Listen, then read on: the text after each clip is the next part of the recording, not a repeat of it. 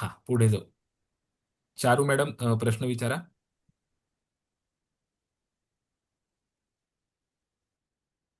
Charu पाहेती madam, प्रश्न विचारा. Sorry sir, आवाज येतोय? येस, येतोय. नमस्कार. मग सर, माझं नवमांशाचं लेक्चर मिस झालं होतं. त्याच्याबद्दल मला म्हणजे ओव्हरऑलच इन जनरल माहिती हवी होती. असं स्पेसिफिक असा प्रश्न नवमांशाबद्दल नाही, पण एक दोन आहेत असे, की आपल्याला नवमांशामध्ये कुणाला पण जे लग्न मिळतं त्याचं काही स्पेसिफिकेशन आहे का? की का मिळतं? किंवा त्याचे जे नवमांशामध्ये जे ग्रह बसतात, जे स्थानात बसतात, त्या स्थानांचं काय महत्व आहे? असं इन जनरल एक शॉर्ट केटी दिलीत तर मला हेल्प होईल भरपूर. पहिला प्रश्न, नवमांशात जर लग्न येतं त्याचा रिलेव्हन्स आहे का, म्हणजे काय? म्हणजे एलॅबोरेट ऑन युअर क्वेश्चन. म्हणजे अ, कुणाला कर्क लग्न येतं, कुणाला अ, कन्या लग्न येतं. तर मग ते मूळ कालपुरुष कुंडलीमध्ये त्याचे भांडणाचं कारक होतं. मग त्याचा असा अर्थ काही काढायचा, की म्हणजे मला असं कनेक्शन समजत नव्हतं, की ते लग्न मिळण्याचं किंवा ग्रह आलं लक्षात. स्पेसिफिक ह्याच्यामध्ये जातात, त्याचं काय मूळ असेल म्हणजे? नवमांशातल्या एक तर मुळात आधी सगळीच जन्मकुंडली किंवा प्रत्येकाचा जन्म हा अगदी मायन्यूट लेवलला हा प्रारब्धानुसारच असतो. त्या जीवाने जे भोग भोगायला हा जन्म घेतलेला आहे त्यानुसार ग्रहस्थिती सिंक्रोनाइज होत असते. त्यामुळे काय येतं याचं उत्तर, प्रारब्धदर्शक तशी ग्रहस्थिती येते तेव्हा तो जीव जन्म घेतो, हे पहिलं उत्तर. दुसरं उत्तर असं की नवमांशातल्या लग्नस्थानाचं महत्व असतं का, तर 100% असतं, त्यात वादच नाही. अ, नवमांशामध्ये जे लग्न येतं, म्हणजे कारण ते लग्न कुठून येतं, तर तुमची लग्न कुंडलीमध्ये जी रास उदित होत असते, त्याचे भोग जे असतात त्या राशीचे. म्हणजे एखाद्याचं समजा मेष लग्न आहे आणि मेष लग्नामध्ये 11वा अंश उदित होतोय, तर नवमांश कुंडली म्हणून सोकॉल्ड जी तुम्ही कुंडली मांडता किंवा ज्याला सोकॉल्ड कुंडली म्हणता, त्यातलं जे लग्नबिंदू आधी तुम्ही डिटरमाइन करता, तो लग्नबिंदू कोणी ठरवला, तर तुमच्या उदित लग्नाच्या अंशाने ठरवला. की मेष लग्न 11 अंश, म्हणून नवमांशाचा पहिला अंश कुठला झाला, तर कर्क. कारण मेषेमध्ये 11व्या अंशावर कर्क नवमांश येतो. मग तो कर्क नवमांश तुम्ही नवमांश कुंडली मध्ये त्या आराखड्यामध्ये लग्नस्थानी लिहिलं आणि बाकी राशी भरल्यात आतमध्ये. परिणामी तुमचा स्वभाव, तुमचं ओव्हरऑल लग्नस्थानावरनं ज्या काही गोष्टी तुम्ही पाहता त्यावर जसा लग्न कुंडलीतल्या लग्नाचा आणि लग्नातील ग्रहस्थितीचा प्रभाव असतो, त्याचप्रमाणे नवमांश लग्नाचा, आधी मी त्यातले ग्रह नाही विचारात आधी घेते, त्या लग्नाचा प्रभाव असतो. उदाहरणार्थ, केवळ ह्या दोन ग्रहांची सांगड घालून तुम्हाला स्वभावाचे काही कंगोरे कळू शकतात. उदाहरणार्थ, मेष लग्न मिथुन नवमांश असणारी व्यक्ती ही चंचल असण्याची शक्यता फार दाट आहे. चंचल म्हणा, अस्थिर म्हणा, किंवा आहे अगदी आळशी, पण विचार नुसते वाभरे इकडे तिकडे भरकटतात. किंवा मेष लग्न आणि कन्या नवमांश असणारी व्यक्ती ही टीकाखोर असण्याची शक्यता जास्त आहे. हुशार असेल पण टीकाखोर असेल, दोन्ही हुशार असतील या व्यक्ती. मेष लग्न मिथुन नवमांश, मेष लग्न कन्या नवमांश. पण कन्या नवमांश हा मेषेकडनं येणारा 6वा नवमांश, त्यात कन्येचे गुण आहेत, इथे मेषेचे गुण आहेत, त्यांचं एकत्रीकरण होऊन टीकाखोरपणा किंवा लबाडी अधिक असण्याची शक्यता जास्ती आहे. पण चिकित्सकपणा पण असेल, संशोधकी प्रवृत्ती पण असेल. पण मेष लग्न उगवतंय आणि धनु नवमांश उगवतोय. ओके, तर ही व्यक्ती त्या मानाने सरळ मार्गी असेल. त्या मानाने ही व्यक्ती फारच जास्ती मोटिवेटेड असेल किंवा लोकांना मोटिवेट करू शकते, कारण अग्नी आहे दोन्हीकडे. ओके. टिपिकल अग्नितत्वाने दर्शवलेले गुण यांच्या बिहेव्हिअरली तुम्हाला आढळतील. सो अशा पद्धतीने तुम्हाला नवमांशातल्या उदित लग्नाचा विचार करावाच लागतो. राहता राहिला प्रश्न, नवमांशामध्ये जी स्थानं येतात इतर, त्या स्थानांमधले जे ग्रह असतात त्याचा स्थानगत विचार करावा का, तर ह्याबद्दल ज्योतिषी लोकांमध्ये वेगवेगळी मतमतांतरं आहेत. कित्येक मोठे मोठे ज्योतिषी सुद्धा नवमांशातल्या स्थानांचा विचार करतात. पण मी माझं मत हंबली सांगतो, नवमांशामधल्या स्थानांचा विचार करू नये. नवमांशामधल्या राशींचा विचार आवर्जून करावा. नवमांशामधल्या स्थानांचा विचार करू नये. कारण नवमांशामध्ये, म्हणजे नवमांश सोकॉल्ड कुंडलीमध्ये 10व, 11व आणि 12व स्थान आलं कुठून, जरा मला सांगा.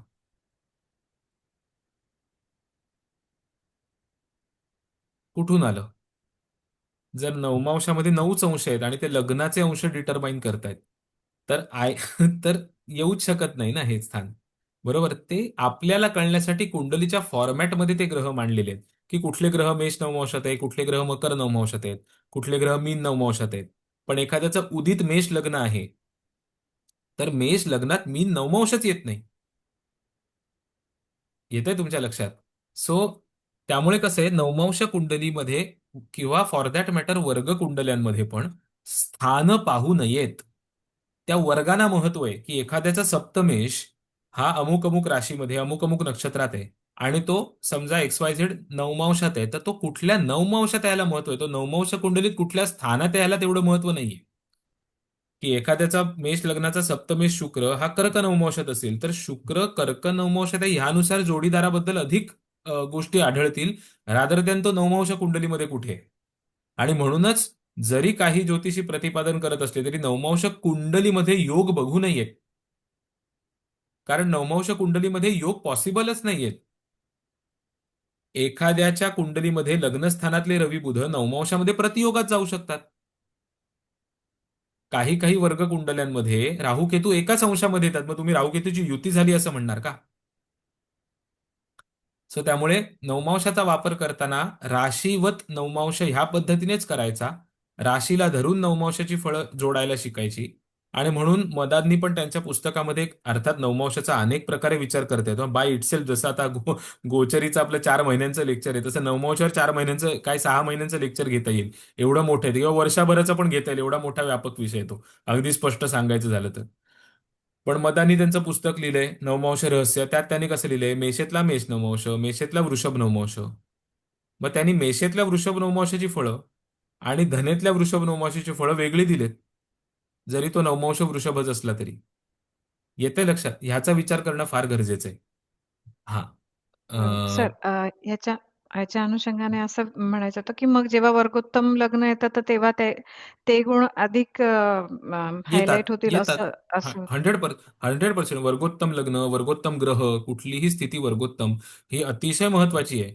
म्हणजे I was very surprise to understand or know की जेम्स ब्राहा सारखा अतिशय चांगला विद्वान अनुभवी ज्योतिषी म्हणतो वर्गोत्तमाला काही अर्थ नाही. नॉनसेन्स. अनुभव नाही तुला. निव्वळ नॉनसेन्स. ओपनली मी सांगतो, काही मला लाजच नाही वाटणार त्याच्यात आणि भीती तर अजिबात नाही वाटणार. वर्गोत्तम गोष्टीला अतिशय महत्व आहे. No doubt about it at all. Not a single iota of doubt lies there. वर्गोत्तम गोष्टी ही इंटेन्सिफाय करते त्या राशीची फळं. वादच नाही याच्यामध्ये काही. Sir okay. आणि जेव्हा आपण म्हणतो जोडीदाराबरोबर नवमांश कुंडलीचा आपण विचार करतो किंवा नवमांशाचा विचार करतो. मग ह्या लग्नाचा पण नवमांशाशी त्याच्या स्वभावाशी काही जसं आपण मेष लग्नाचं पाहिलं. मग तो टीकाखोरपणा जोडीदाराबद्दल पण अनुभवास येऊ शकतो का? आलाय तुमचा अनुभव काय सांगतो हा लास्ट लग्न तेवढा? लग्न आणि लग्नातला उदित नवमांश हे व्यक्तीच्या स्वभावाबद्दल बोलेल. तो जगाची टीकाखोर आहे आणि बायकोशी किंवा नवऱ्याशीच नाही, असं होऊ नाही शकत सिलेक्टिव्हली. तो टीकाखोर आहे तर तो टीकाखोर आहे, तो त्याचा मूळ स्वभाव आहे. फार तर फार काय जोडीदार अधिक टीकाखोर असेल तर हा जरा त्याच्याशी कमी टीका करेल एवढंच. सो त्यामुळे ओके. जोक्स अपार्ट, स्वभाव असेल तर तो स्वभाव सगळीकडे दिसेल, तो कमी जास्त प्रमाणात मोल्ड होईल एवढंच फक्त. तर पण त्यामुळे म्हणजे एक्सपिरियन्स जोडीदाराबद्दल पण दाखवतो काही-काही केसेसमध्ये का फक्त आपण आपल्या स्वतःशी कनेक्ट करायचं? नाही, म्हणजे नाही, ज्या नाही. त्या जातकाशी. व्यक्तीचा स्वभाव आहे ना. आता लग्नातले उदित ओके. रास आणि लग्नातला उदित नवोश या व्यक्तीचा स्वभावच दाखवतो. आता तो स्वभाव कुठे व्यक्ती कसा वापरेल हे थोडंसं आता त्या व्यक्तीच्या अवेअरनेसवर पण अवलंबून असतं ना. ओके. ओके. आलं लक्षात? ओके हा. सर. असो. Thank you. या, थँक्स. रोहिणी मॅडम विचारा. मग सावध सर विचारा. रोहिणी सूर्याराव मॅडम विचारा अनम्यूट करून. सावंत सर विचारा अनम्यूट करून. अनिल सावंत सर. नमस्कार. नमस्कार. नमस्कार सर. येस. नक्षत्रांची जी कारकत्व आहेत ती अशी कंपोज एका ठिकाणी कुठे मिळत नाहीत. रीडर थ्री कृष्णमूर्तींच्या रीडर थ्री मध्ये वेगवेगळ्या ठिकाणी मिळतात, पण ती अशी अपील होत नाहीत. फ्रँकली म्हणजे मी फार लहान आहे ते बोलायला, अपील झाली नाहीत. आणि आंबेकरांच्या पुस्तकात सुद्धा मला एवढे छान मिळाले नाहीत. तर असे मिळण्यासाठी मूळ ग्रंथ कुठला बघावा? आंबेकरांचं पुस्तक चांगलं आहे हा, बाय द वे. आंबेकरांचं जे नक्षत्रांवरचं पुस्तक आहे ना, कारण आंबेकर मोठे विद्वान अनुभवी ज्योतिषी होते, तर त्यामुळे त्यांनी जे नक्षत्रांवर पुस्तक लिहिलंय ते चांगलं आहे. हा, त्यामध्ये तुम्हाला नक्षत्रांच्या कारकत्वाचा बेस निश्चितपणे कळू शकतो. ओके. हो, हो. त्यांची भाषा थोडी लाइटर नोटवरची असल्यामुळे आपल्याला असं वाटतं त्याला की हे थोडं म्हणजे थोडं अलंकारिक केलंय त्यांनी. हं, हा, that is okay, hmm, that is okay, हं. पण nevertheless it has essence in it. Okay. कृष्णमूर्तींनी सुद्धा त्यांच्या एका रीडरमध्ये, आता correct me if I am wrong, नक्षत्रांच्या फलांचं कारकत्व वर्णन केलेलं आहे. ओके. पण कृष्णमूर्ती पद्धतीमध्ये हे ग्रहांचंच काय, राशींचं सुद्धा कारकत्व पूर्णतः विचारात घेण्याची गरज लागत नाही त्यांच्या बरोबर. विचारांनुसार. कारण मुळात ते फक्त नक्षत्र स्वामीला महत्व देतात. त्यामुळे कृत्तिकेचं वेगळं कारकत्व ते लक्षात न घेता, कृत्तिकेचा स्वामी स्वामी, रवी आहे, त्या स्वामी. रवीच्या कारकत्वाचीच सांगड घालून अनेक गोष्टी केल्या. पण मी तुम्हाला बारकाईने सांगतो. हं, कृष्णमूर्तींचा, ठीक आहे, त्यांनी एका बाबतीत एका पद्धतीने त्यांची पद्धत पुढे आणली, तो भाग वेगळा आहे. पण मला असं वाटतं, काही काही ठिकाणी जिथे त्यांनी ग्रह, सॉरी, रास, नक्षत्र आणि नवमांश यांची जी फलित तयार केलेली आहेत ना, की बाबा मंगळाची रास, केतूचं नक्षत्र आणि आतला समजा रवीचा सब, तिथे जरी हे सगळे आधुनिक कृष्णमूर्ती पद्धतीचे ज्योतिषी केवळ मंगळ, केतू आणि रवीच्या कॉम्बिनेशननी जरी फळं तयार करत असले, तरी आय कुड सी थ्रू कृष्णमूर्तींनी काही काही वेळेला जरी मंगळ, केतू, रवी कॉम्बिनेशनचा विचार मांडलेला आहे, पण त्याच सोबत मेषेचंही कारकत्व विचारात घेतलेलं आहे आणि अश्विनी नक्षत्राचंही कारकत्व विचारात होय, घेतलेलं आहे. होय. दॅट बरोबर. I could see through. कारण काही काही जी फलं त्यांनी लिहिलेली आहेत ना, त्याच्यामध्ये हा विचार कसा आला, हा नुसता मंगळ, केतू आणि रवीच्या कॉम्बिनेशनने आलेला विचार नाहीये, हे कळतं. याचा अर्थ त्यांचा अभ्यास मोठा आहे, हे लक्षात घ्या. त्यांचा अभ्यास मोठा आहे, नो डाऊट अबाउट इट. तर हो. त्यामुळे कसं आहे ना, पण नंतरचे जे फॉलोअर्स होतात त्या त्या पद्धतीचे, ऑफकोर्स जो पद्धत आणणार असतो तो, त्याची ओव्हरऑल आणि स्थिती आणि त्यांना फॉलो करणाऱ्याची स्थिती, यात फरक राहतो, हे लक्षात घ्या. तर तो वाईट आहे का चांगला आहे हे मी म्हणत नाही, हा, कमी जास्त करत नाही, वेगळा फरक राहतो.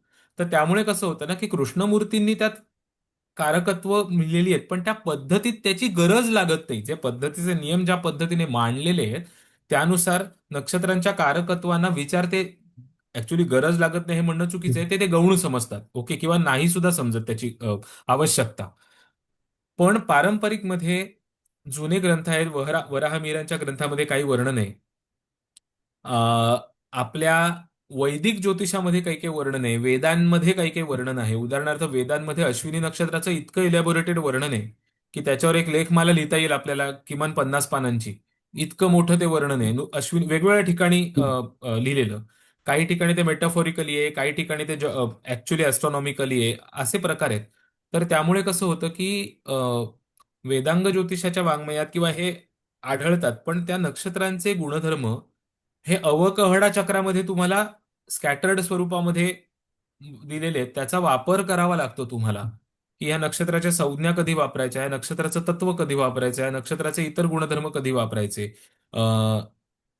तर तो शेवटी एक्सपर्टीचा भाग राहतो. ते कुठेही असं डिटेल्डमध्ये एका ठिकाणी नाहीये, दिलेलं कुठेच नाहीये. नाही. हं. नाहीये.